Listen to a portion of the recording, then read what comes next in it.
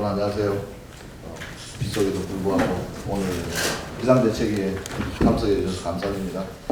올 내릴 비와 함께 코로나19도 함께 지켜가기를 바라면서 조금 늦었지만 지금 보고 계신데 예정된 시간이 되었기 때문에 진행하도록 하겠습니다. 민생 추경 피해 당사자에게 듣는다. 코로나19 민생 피해 비상대책 시작하겠습니다. 저는 오늘 진행을 맡은 정의당 김영노동본부장입니다. 먼저 참석자들 소개해 올리도록 하겠습니다. 먼저 오늘 비상대책회의를 주관하고 계신 정의당 심상정 대표님. 네, 안녕하세요. 김종민 부대표님. 네, 안녕하세요. 우리 김명권 정의정책연구소장님 방에서 참석하셨습니다. 오늘 생생한 현장의 피해를 증언해 주실 당사자들을 한 분 한 분 소개해 올리겠습니다. 중소상인들을 대표해서 박근호 한국마트협회 수석부회장님 참석하겠습니다. 네, 어서 오세요. 장영진 편의점 네트워크 회장님 오시는 대로 소개해 올리겠습니다. 대면 업무 특수 고용 노동자 오수영 학습지 노조 위원장 아직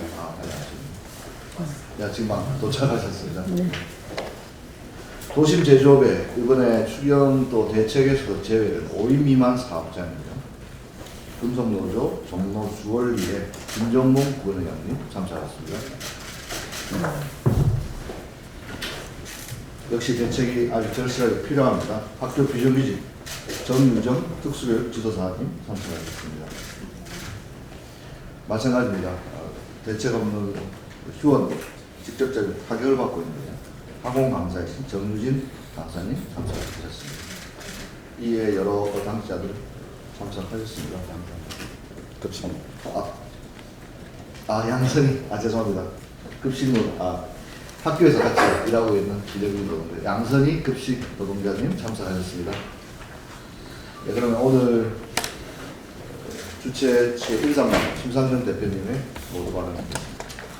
네, 오늘 여러 가지 마음도 심란하고 또 앞도 캄캄하고 어려운 처지에 계신 여러분들을 모셔서 정부와 정치권이 해야 될 일을 좀 더 분명하게 정립하는 그런 자리가 되기를 바라는 마음에서 오늘 모셨습니다. 와주셔서 감사드립니다. 코로나 민생 피해가 이름 말할 수 없는 수준입니다. 정부에서 추경도 내고 또 정치권에서 연일 민생 위기 극복 방안을 이야기를 하지만 당장 하루하루 일상이 정지되어 있는 여러 자영업자나 또 노동자들께서는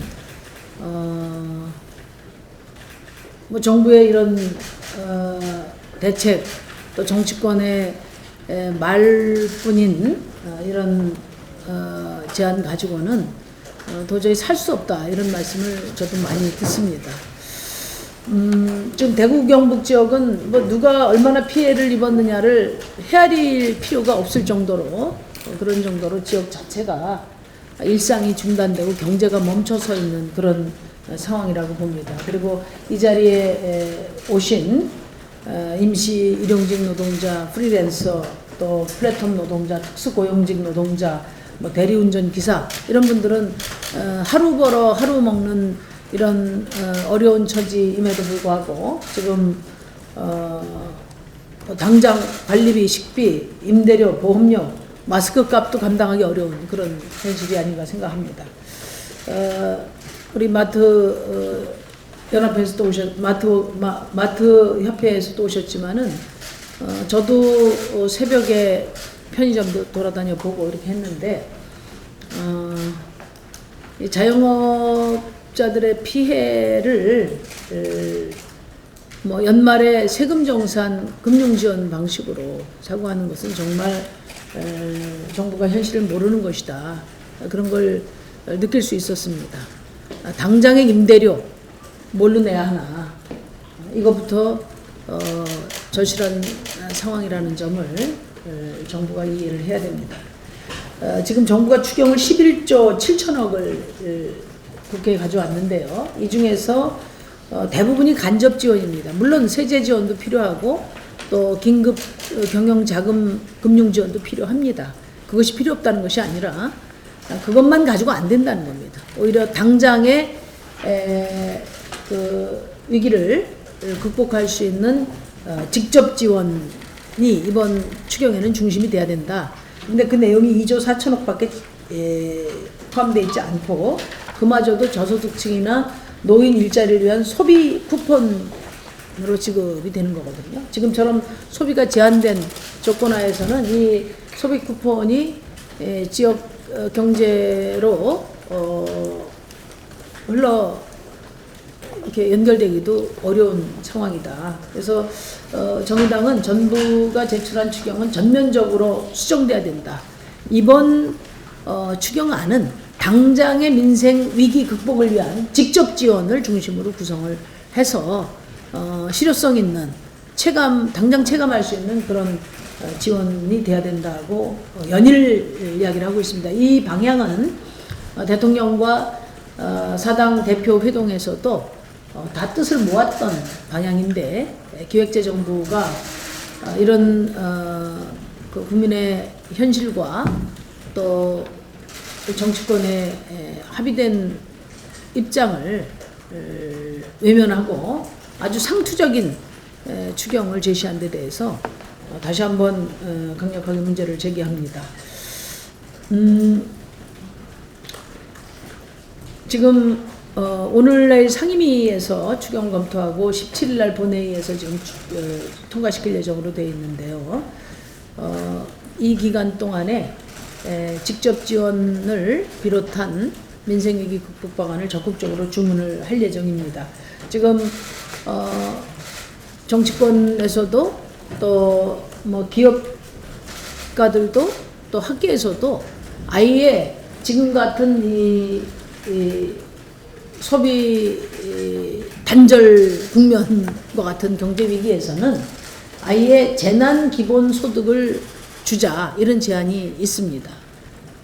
전국의 국민들에게 50만 원씩 또는 100만 원씩 줘서 이게 말하자면 골목 경제에 돈이 돌도록 그래서 최소한 숨통을 틔울 수 있도록 이렇게 하는 게 좋겠다 이런 의견이 있는데 저는 뭐 전적으로 같은 의견이고 저희가 일관되게 주장해서 여야 사당 대통령 대표 회담 때 직접 지원이라는 추경 방향을 확정시킨 맥락도 바로 이런 취지입니다. 다만 이제 지금 추경 17일 날 결정을 해야 되고 또 그 기간 동안의 정치권의 합의나 국민의 수용도를 고려할 때 전국적으로 한꺼번에 다 지급하는 것은 좀 무리가 있다면은 그러면 아마 대구 경북에는 피해자를 구분할 수 없을 정도의 상황이라는 것을 다 공유하고 있는 만큼 대구 경북 지역에 1인당 100만 원씩 재난기본소득을 지급하고 이제 다른 지역은 아까 제가 말씀드렸던 것처럼 당장의 피해를 입고 있는 노동자들, 자영업자들 그리고 돌봄 가족들 이런 분들에게 직접 지원을 대폭 강화하는 그런 추경 수정이 이루어지는 것이 바람직하다. 이게 저희 정의당의 생각입니다. 오늘 여러분들께서 여러분들이 처해 있는 코로나19 상황에서 처해 있는 현실을 좀 적나라하게 말씀해 주시면 그것이 정부의 추경 방향을 전환하는 데도 큰 힘이 되지 않을까 그렇게 생각합니다. 오늘 참석해 주셔서 감사합니다. 고맙습니다. 네, 감사합니다. 지금 정부가 너무 사태를 안이하게 보고 있는 것이 아닌가 그런 말씀과 함께 이번 추경은 재난 추경이 돼야 되고 또 그 혜택은 바로 민생 피해를 직접 지원하는 그런 방식이 돼야 되고 이것이 결국 어떤 재난 기본소득으로 가는 그런 물꼬를 열어야 된다 이런 취지의 말씀이셨습니다. 이제 본격적으로 정말 현장에서 어떤 일들이 벌어지고 있는지 한 분 한 분 소중한 말씀 듣도록 하겠습니다. 먼저 중소상인을 대표해서 아까 소개 못 드렸는데 장영진 한국편의점 네트워크 회장님 어서 오세요. 나중에 아까 인사 다 드렸는데 먼저 박은호 마트협회 수석 부회장님, 장영진 편의점 네트워크 회장님 이 순서로 먼저 증언을 듣도록 하겠습니다. 네, 반갑습니다. 한국마트협회 수석부회장 박은호입니다. 지금 가장 중요한 게 뭐냐면 지금 심상정 대표님 말씀처럼 그냥 상투적이고 그냥 뭐 유야무야하는 이런 형식으로 다 넘어가고 있습니다. 모든 정책들이. 근데 가장 중요한 뭐 예를 들어서 한국마트협회 회원사들의 관련된 예만 들어서 말씀드리겠습니다. 우선 코로나19 이 사태로 인하여 어떤 일이 벌어지고 있냐 하면은 확진자가 한 명만 다녀가도 하루 매장을 폐쇄하고 소독을 합니다. 그러면 1.5일에서 이틀 정도 영업을 못 합니다. 그 사용자라든가 직원 중에 한 명만 이라도 확진자가 있으면 14일 폐점입니다. 이게 얼마나 심각한 문제냐면 아주 단적인 예로 말씀드릴게요. 자, 소독을 하고 폐점을 하고 난 후에 가게 매장을 오픈하고 나면 어떤 일이 벌어지냐면 그 지역에 소문이 납니다. 확진자가 다녀간 매장이다. 소비자들 안 옵니다. 종점 매출의 20-30%밖에 매출이 안 나오는 게 실정입니다. 여기서 아주 간단한 답이 있습니다. 그 마트에, 그 슈퍼에 마스크를 팔면 다시 손님이 모입니다. 하지만 지금 현행 정부에서 공인물자라 해서 80% 다 뺏어가서 저희 마트나 슈퍼 편의점에 한 개도 안 옵니다. 마트가. 그 마트는 다시 매출을 살릴 수 있는 방법이 하나도 없습니다. 여기서 가장 큰 문제가 뭐냐? 고용 유지가 안 됩니다. 매출 이 상태로 계속 떨어진 상태에서 과연 고용 유지할 수 있을까요? 불가능합니다. 뭐 정의당 심상정 대표인데 한 가지만 정말 부탁드리고 싶은 게 확진자가 다녀가거나 폐점하고 소독한 그 매장에 한해서 마스크를만 팔 수 있게 해줘도 그 매장 다시 살아납니다. 꼭 좀 부탁드리겠습니다. 그리고 여기에서 또 이제 고용 유지 얘기가 나왔지 않습니까? 이 시점에서 정부에서 4대 보험료만큼은 사용자 부담을 완화가 아닌 전액 면제 같은 그런 수준의 선에서 좀 법을 좀 집행해 줬으면 좋겠습니다. 또 할 말 참 많은데 또 한 가지만 더 말씀드리겠습니다. 지금 일자리 안정지원 자금이 210만 원입니다. 210만 원이면은 일반 가장이란 일반 아버지나 어머니 같은 사람들이 가족을 갖다 부양할 수 있는 금액이 안 됩니다. 이 일자리 안정 자금 지원을 현실성 있게 300만 원 이상으로 맞춰야지만이 가능합니다. 이게 그래야지만이 그분들도 지역에서 소비를 하고 그 지역이 다시 활성화되는 선순환이 될 수 있는 그 실핏줄 같은 아주 작은 핏줄이 돌아서 이 체온을 유지하고 이 지역을 따뜻하게 한다고 생각합니다. 심사위원님 다시 한번 부탁드립니다. 마스크, 확진자 다녀간 매장 꼭 좀 거기서 판매할 수 있게 좀 도와주십시오. 감사합니다. 이상입니다. 네, 아주 생생한 말씀 또 제안까지 해주셨습니다. 감사드리고요. 이어서 한국 편의점 네트워크 장영진 회장님 말씀드리겠습니다. 네, 안녕하십니까. 한국 편의점 네트워크의 장영진입니다. 먼저 이런 자리 만들어 주셔서 감사드리고요. 저희 같은 경우도 마트협회하고 거의 다 비슷한 유사한 업무를 하고 있기 때문에 다 거의 내용은 비슷한데요. 한두 가지 더 얘기를 드리자면,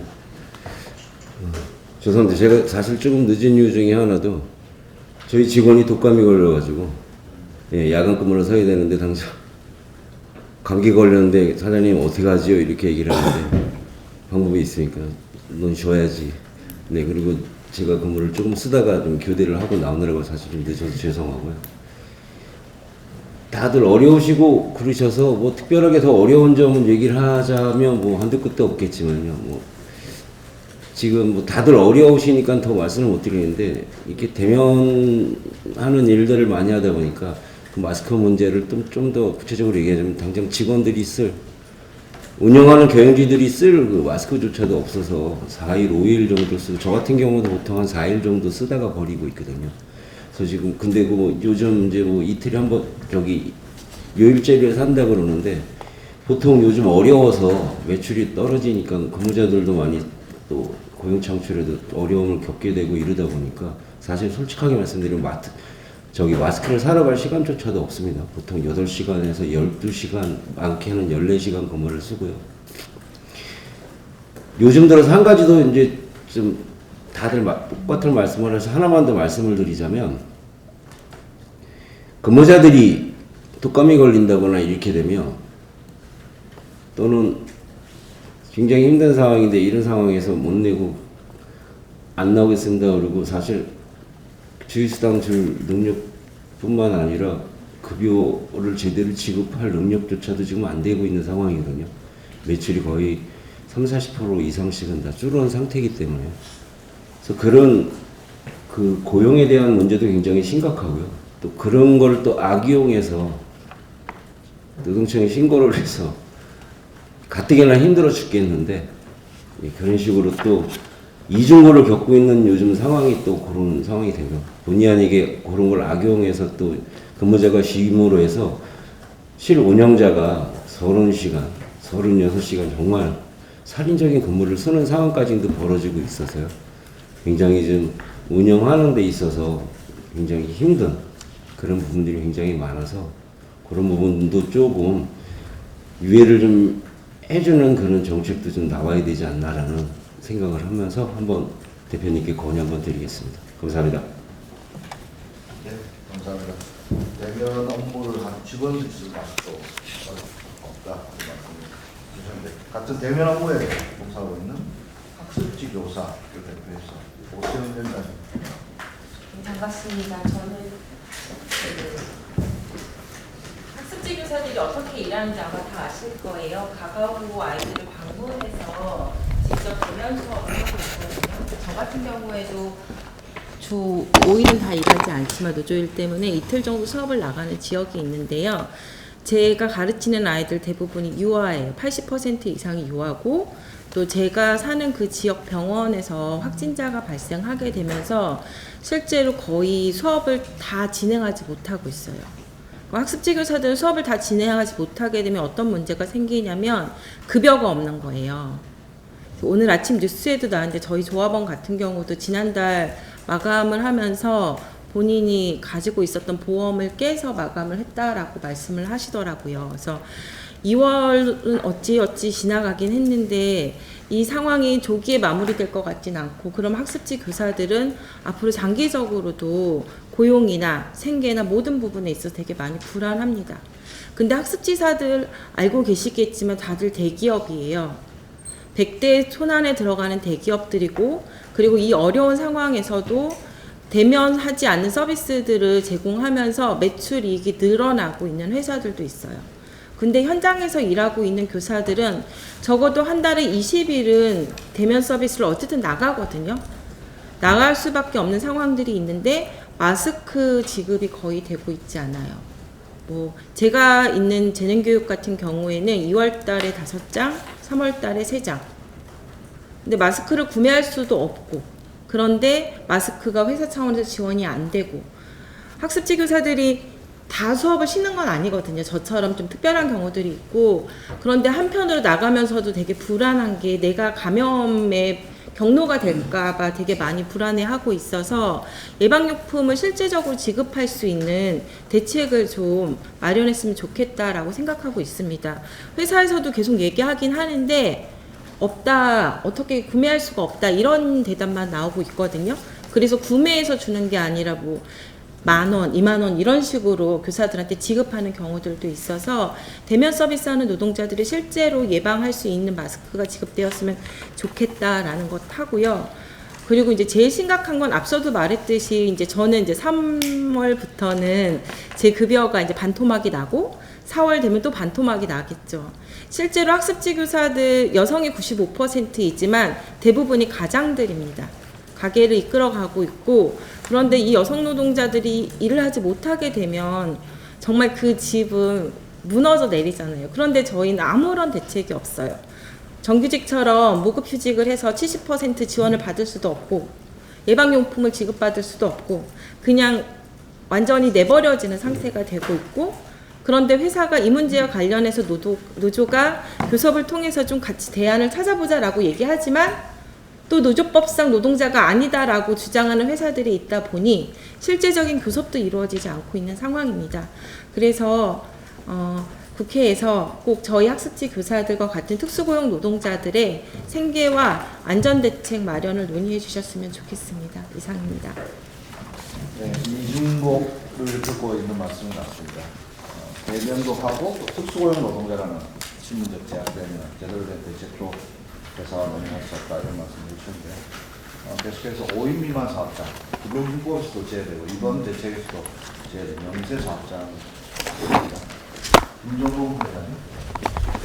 네, 안녕하십니까. 저는 중성노조 종로주얼리 김성동 분회장입니다. 저는 주얼리를 만드는 일을 하고 있는 귀금속 세공사고요. 지금 종로에는 700개에서 800개 정도의 주얼리를 다루는 공장들이 운영되고 있습니다.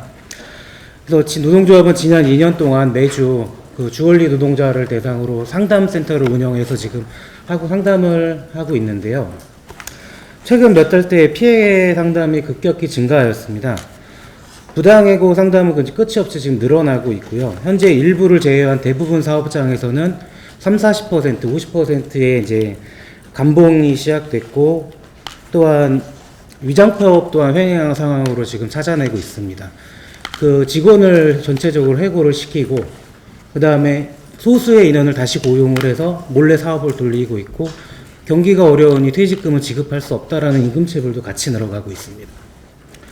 문제점은 대부분 노동자들이 지금 4대 보험을 가입하지 못한다는 겁니다. 90%의 노동자들이 4대 보험을 가입하지 못하고 있고요. 그러므로 해서 고용유지 지원금 신청도 못하는 환경에 지금 노출되어 있습니다. 그래서 노동자들 휴업수당이 지금 불가능한 상태입니다. 해고 노동자들은 이제 실업급여 신청도 지금 불가능한 상태고요.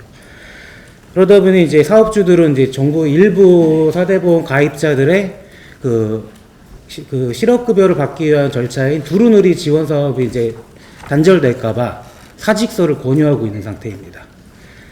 그래서 지난 작년에 성북구 내모녀 비극적인 그 돌아가신 사건이 있지 않았습니까? 그 세 모녀들이 주얼리를 업으로 다루시던 분들이었습니다. 그리고 작년에 청산가리로 음독 자살하신 분도 생활고에 부딪혀서 돌아가셨다고 기사가 나왔고요. 그렇게 되면 복지사각지대에 존재하고 지원정책을 하나도 받지 못하는 노동자들이 더 취약한 생활고의 직동천을 지금 맞고 있습니다.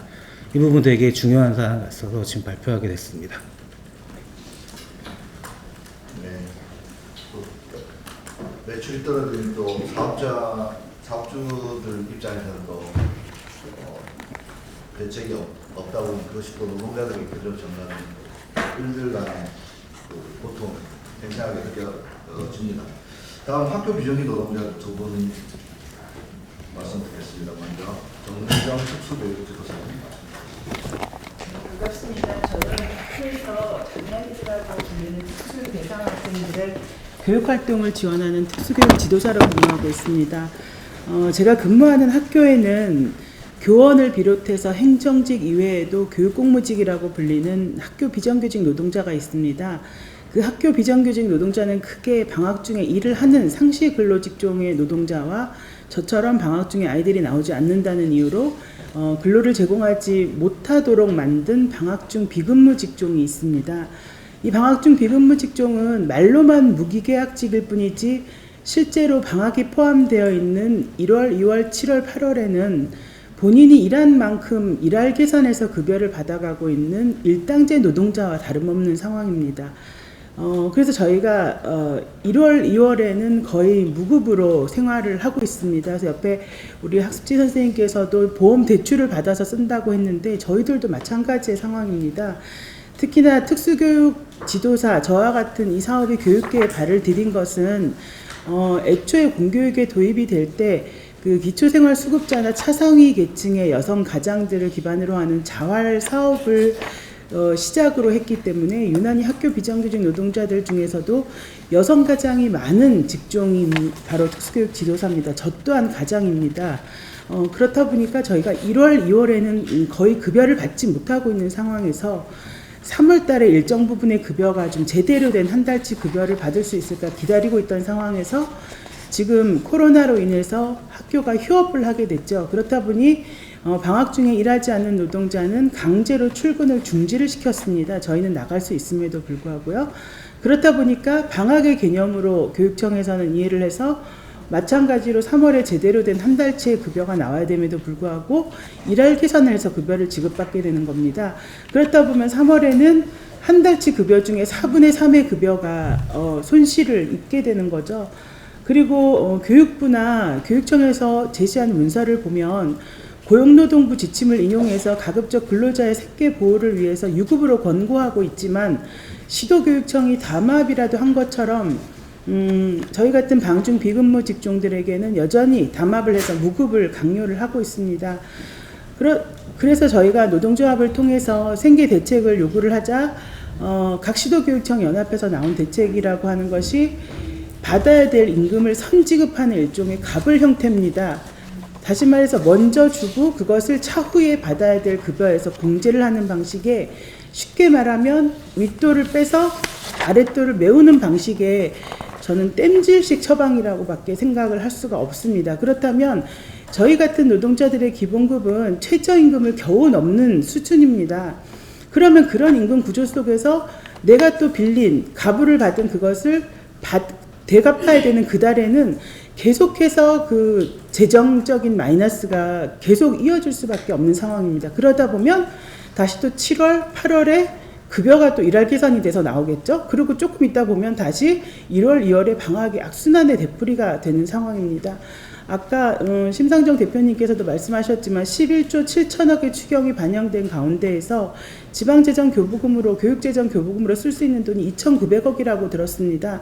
그렇지만 그 돈을 학교 비정규직 노동자의 생계 대책을 위해서 쓸 수 있음에도 불구하고 교육청은 전혀 이런 것들을 반영을 하지 않고 있고 같은 정부 당국이라고 하지만 고용노동부가 유급을 권고했음에도 불구하고 교육부와 교육청들은 이걸 받아들이지 않고 그 피해를 온전히 저희 학교 비정규직 노동자들에게만 감내하라고 하고 있는 현실입니다.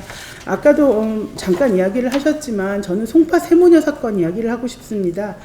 송파 세모녀 사건이 일어나게 된 근본적인 원인이 무엇입니까?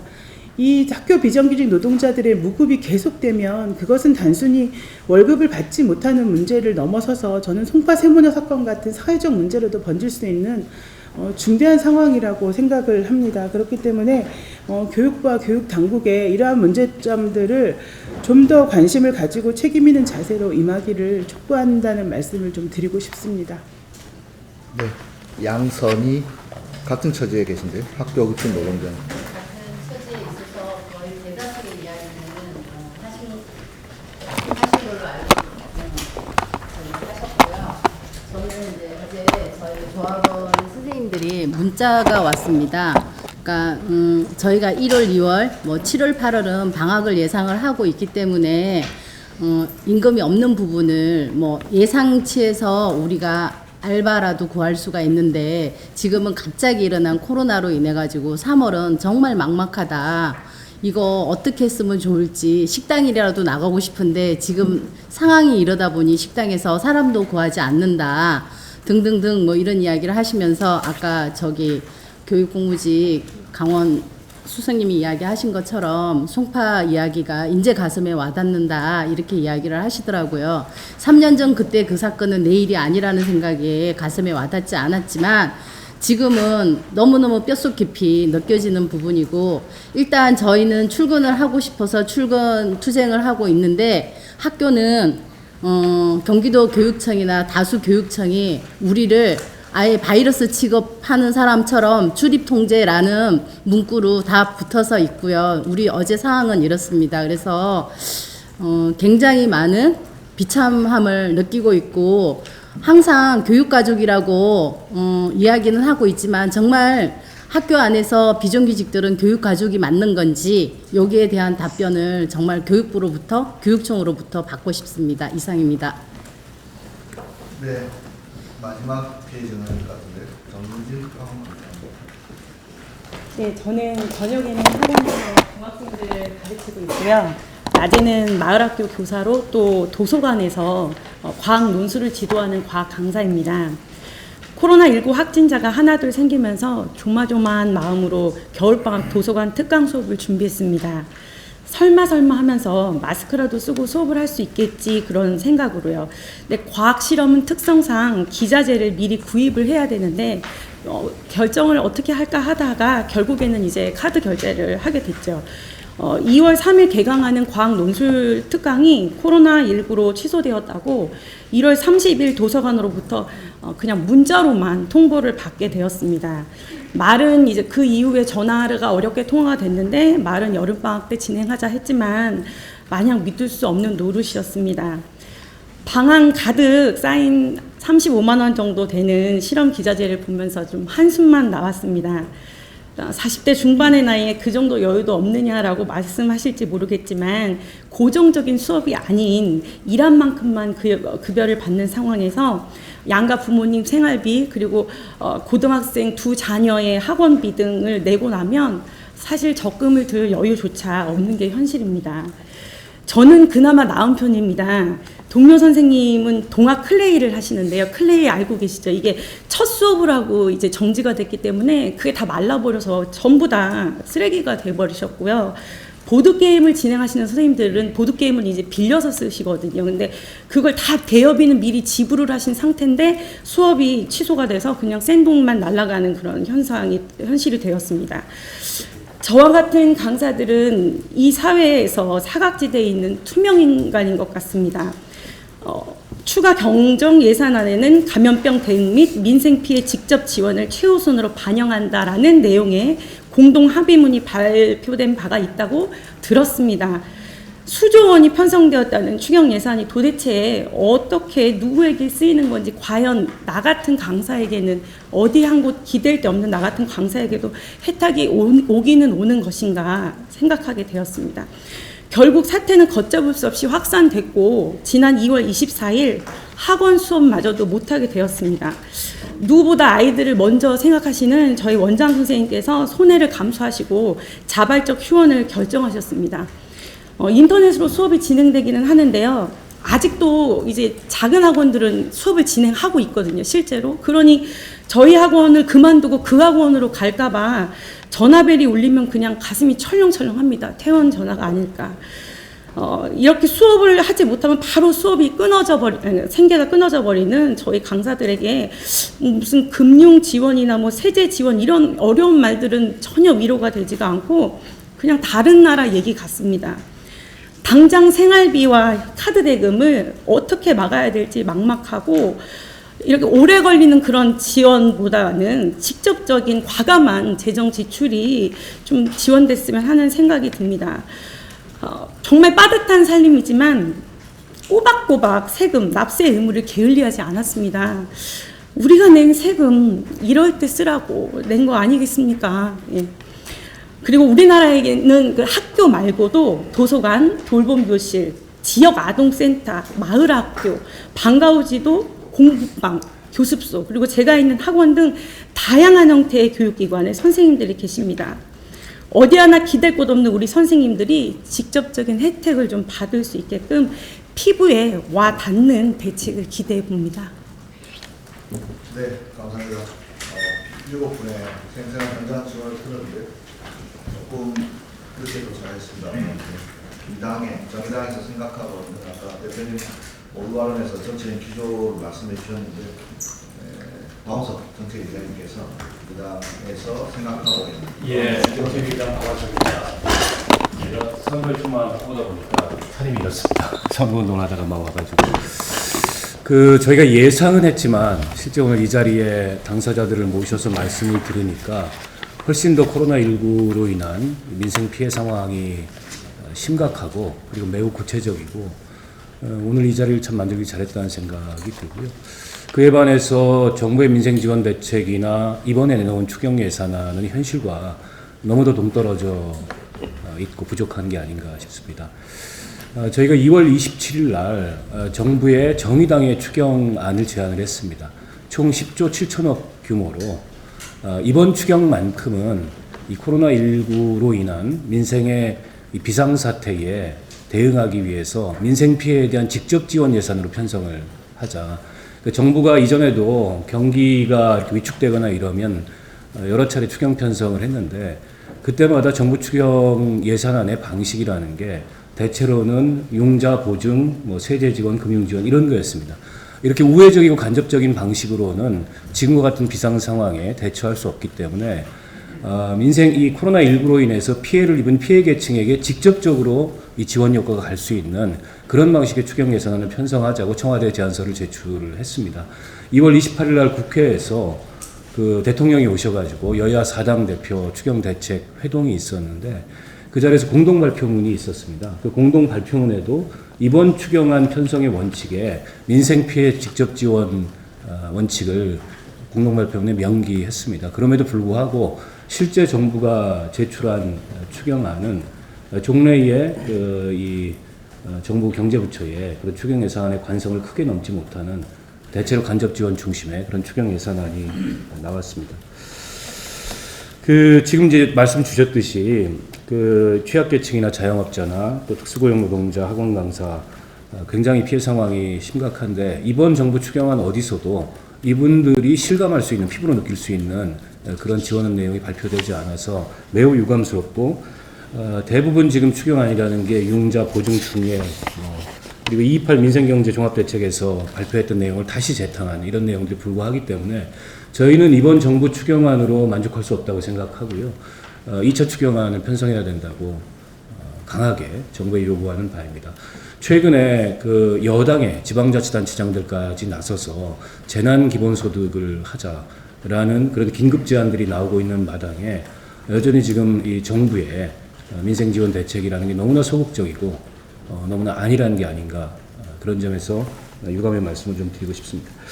저희 추경 요구안을 조금 세부적으로 설명을 드리면요. 몇 가지로 나눠서 설명을 드릴게요. 첫 번째로는 공적 시스템 밖에 있는 우리 중소자영업자들 또 일용임시 노동자, 프리랜서, 배달 노동자, 학원 강사 이런 분들에 대해서 즉각적인 생계지원비 6조 2천억 원을 편성할 것을 주장합니다. 특히 이제 하루 일 나가서 또 하루 생계를 유지하는 분들 굉장히 많은데요.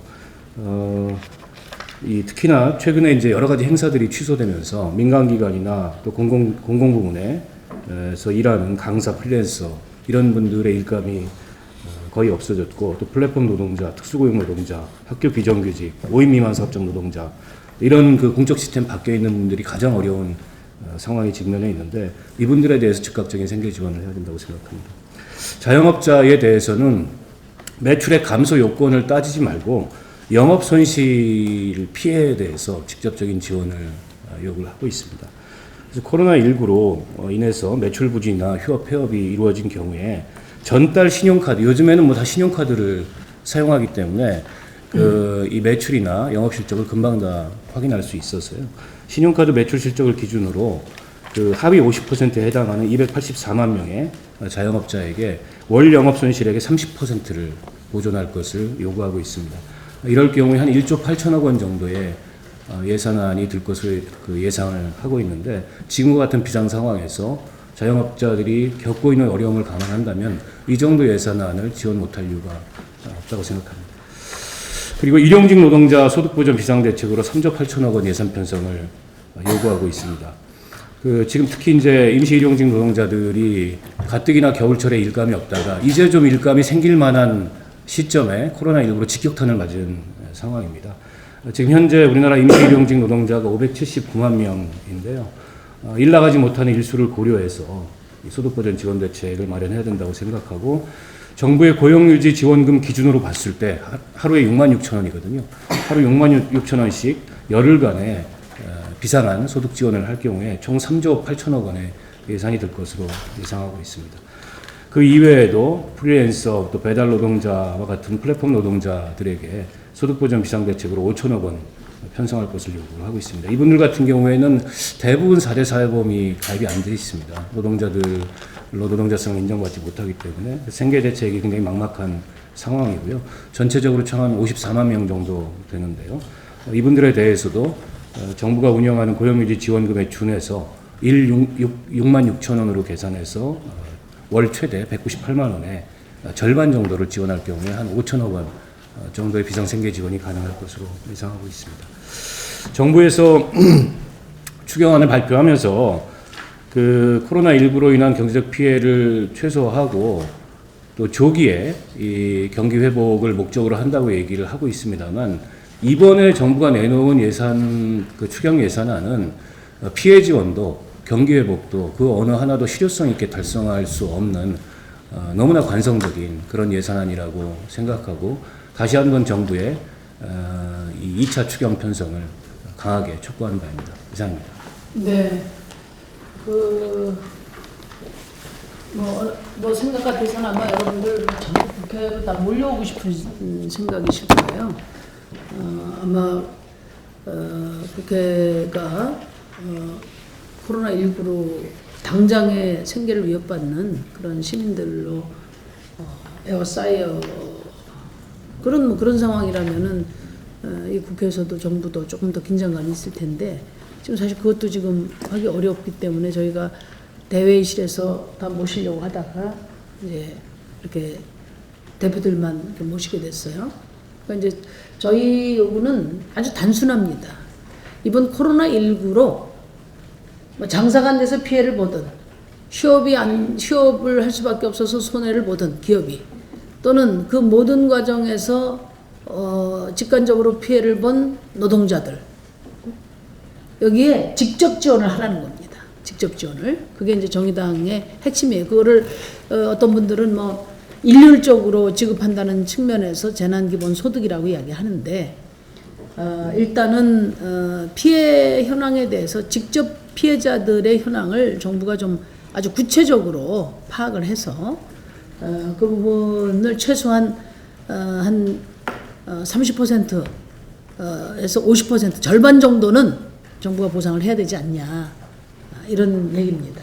그래서 특히 이제 여기 오늘 오신 5인 미만 사업장 특수고용직 노동자들 이런 그러니까 고용안정기금 대상이 아닌 그 제도의 혜택을 못 받는 분들도 일단 고용안정기금을 활용할 수 있는 분들은 절차를 생략해서 간단하게 해서 빨리 지급하라.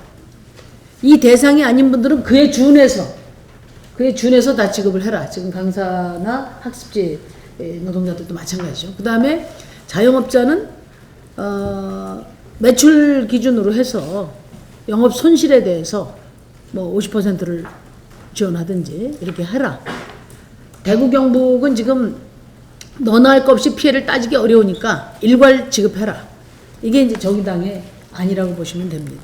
그리고 이제 지금 정부가 생각하고 있는 경기 회복을 위한 추경은 코로나19가 일정하게 좀 정리 수순에 들어갈 즈음에 또다시 저는 경기 회복 추경은 검토가 돼야 된다고 봅니다. 그래서 예년의 상투적이라는 게 뭐냐면 경기 회복 추경으로 생각하는 거예요, 정부가.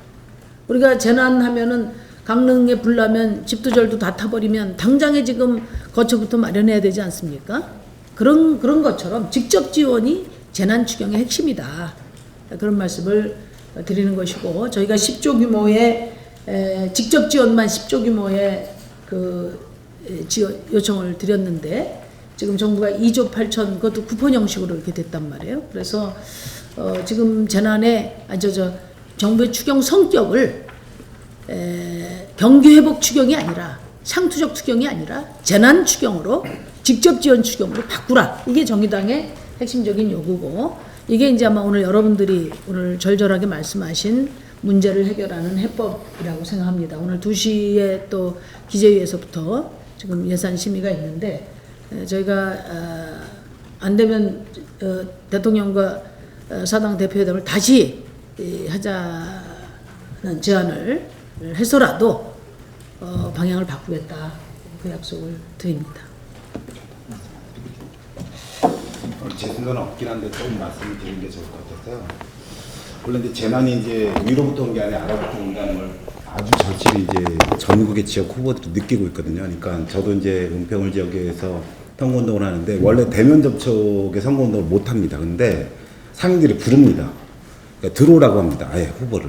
그래서 이제 막 얘기를 하고 지금은 놓고 보면 이 재난에 대한 지금 현재의 코로나 확산에 대한 이 국면에서 조금씩 이제 민생에 대한 확연한 요구들이 이제 등장하기 시작했고 지금 이제 몇 정당이나 뭐 도지사들이 이제 재난 기본소득을 언급하고 있지만 정의당처럼 굉장히 중요하게 아주 세세하게 조각조각 내서 거기에 맞는 말하자면 맞춤형이라고 할까 이런 것들에 대한 구체적 고민을 하고 있는 데가 없다고 생각하는데 이걸 아주 상세하게 설명드리지 못할 정도로 많은 얘기들이 있는데 지금은 이렇게 중소자영업자로부터 또 알바 그 잘린 노동자로부터 직접 이런 방식으로 지원을 해달라는 요구가 아이디어처럼 본물치고 있고 굉장히 많이 얘기가 되고 있습니다. 그래서 아예 지역에서는 그 후보 저 역시 포함해서 저희 당 후보들이 이렇게 캠프가 있잖아요. 이렇게 사무소 선거사무소가 있잖아요. 이 사무소를 아예 민생 그러니까 코로나에 따른 이제 민생 대책 그 119 센터 같은 말하자면 이제 이렇게 호소를 하고 또 상담도 요구하고 이거 어떻게 했으면 좋겠냐 요구하는 이런 센터로 좀 변화시켜야 되는 게 아니냐는 요구를 하고 있고 저도 오늘 아예 그 저 후보 얼굴이나 이런 거 싹 다 없애고 민생 센터로 바꾸겠다 하고 다 이렇게 간판도 다 바꾸고 이렇게 하고 있거든요. 그래서 오늘 대표자도 오셨고 또 피해 당사자도 오셨는데 이게 이제 하다 보면 물밑듯이 내려오는 상담의 요구라든가 이런 것들이 많아질 것이 필요하고 그래서 가능하다면 뭐 정의당과 함께 민생 대책기구 같은 것도 만들고 지역에서 그런 걸 하는데도 함께 해주시면 좋겠다 이런 고민이 좀 들었고 좀 과감하게 정의당도 좀 내일 이제 선대위 말적이 있는데 민생 요 코로나 민생에 대한 대책의 형태로서의 선대위가 어떤 역할을 해야 되는가 이런 고민을 아주 깊고 신중하고 또 의미 있게 해야 되지 않을까 이런 고민을 갖고 있습니다. 네. 네. 혹시 더 하실 말씀 계신가요, 참석자 중에? 그러니까 이제 뭐 저희가 이번 그 코로나19로 인한 민생 위기가 너무나 절박하고 또 다른 당에는 잘 안 보이는 정말 어려운 우리 노동자들, 자영업자들의 고통을 누구보다도 잘 보고 있기 때문에 대통령과 여야 사당 대표회담 전에 저희는 세부적인 직접 지원 방안을 청와대에 전달을 했습니다. 사전에 검토해 가지고 오십시오. 그래서 이제 그 여야 사당 대표회담 때 직접 지원의 성격이 이제 합의로 들어가게 된 것이고요. 그 이후에 이제 뭐 재난소득 뭐 이런 말씀들을 많이 하시지만 사실 지금 구체적으로 이렇게 법 밖에 사각지대에 있는 노동자들, 자영업자들의 고통이 얼마나 심한지, 얼마나 많은 분들이 있는지 이것조차도 지금 제대로 그 인식돼 있지 않다 이렇게 생각합니다. 그래서 이번에는 굉장히 여러분들 생계가 걸린 문제고 또 정의당으로서 여러분들을 대변하는 정당으로서도 절실함과 사명감을 가지고 이번에 이 추경 심의에 임하려고 생각 중입니다. 내일 저희가 선대위가 출범하는데 아까 우리 부대표도 말씀하셨지만은 하여튼 코로나19 비상 대책기구로 각 선거 캠프들을 전환해서 어려운 우리 노동자들과 자영업자들의 삶을 저희가 어떻게 대변할 수 있는지 또 어떻게 지원할 수 있는지 이런 논의를 좀 본격적으로 해가겠다는 약속을 드립니다. 네, 혹시 더 하실 말씀 없으시면 네, 말씀 다 하셨기 때문에 저는 여기 참석하신 기자님들에게 한마디 부탁 말씀을 드리는 건데 저희가 오늘 이런 자리를 만드는 것도 사실은 뭐 여러 가지 목적이 있지만 그 중에 하나가 현장에 계신 분들의 말씀을 기자님들께서 생생히 좀 들어보시는 게 필요할 것 같아서 말씀을 드리는 거고요. 이 말씀을 저도 새삼스럽게 말씀을 듣고 나니까 이게 여러 가지 뭐 감론을박을 할 게 아니고 지금 피해를 당하신 소득을 잃어버리신 분들한테 소득을 직접 주시고 영업 손실을 하신 분들한테 영업 손실을 직접 메워주는 게 이건 좀 추경에서 가장 핵심이다 이런 거를 몸으로 체감을 하게 되고요. 어저께의 IMF 국제통화기금에서도 코로나 대책을 얘기하면서 아주 명시적으로 캐시 트랜스퍼, 그러니까 현금을 그냥 줘라 이런 얘기, 웨이지, 그러니까 서브서디, 임금을 보조해줘라 이런 얘기를 굉장히 명시적이고 직접적으로 하는 대목을 밝히고 있습니다. 그러니까 저희들이 직접 지원을 현금으로 해줘야 된다라고 하는 게 결코 정의당만의 고집스러운 주장이 아니라 이제는 국제기구도 나서서 그런 얘기를 할 정도라는 사실을 다시 한번 좀 확인을 해주시고 이 부분이 꼭 이번 추경에 관철될 수 있도록 언론에서도 좀 협조를 좀 부탁드립니다. 예. 네. 페이스북에서 저도 하나 읽었는데 그림의 떡도 아니다. 그림의 떡도 아니다라는 말이 너무나 와닿습니다. 이번 코로나 재난을 보면서 우리 사회가 얼마나 취약한지를 다시 알게 되었고, 이번 추경에서 직접 지원이라고 하는 물꼬를 튼다면 그나마 피해 보신 분들에게 큰 교훈이 되지 않겠나 생각하고요. 오늘부터 심의가 시작되는데 정의당에서 반드시 이번 추경이 단순히 경기를 부양시키는 동어 반복이 아니라 근본적인 우리 사회에서 국가란 무엇인가, 세금이 어떻게 써야 되는가의 인식의 전환을 할 수 있는 그런 계기가 되기를 바라고 저희들도 노력하겠다는 말씀으로 간담회를 모두 마치도록 하겠습니다. 네. 여러분 감사합니다. 네. 네.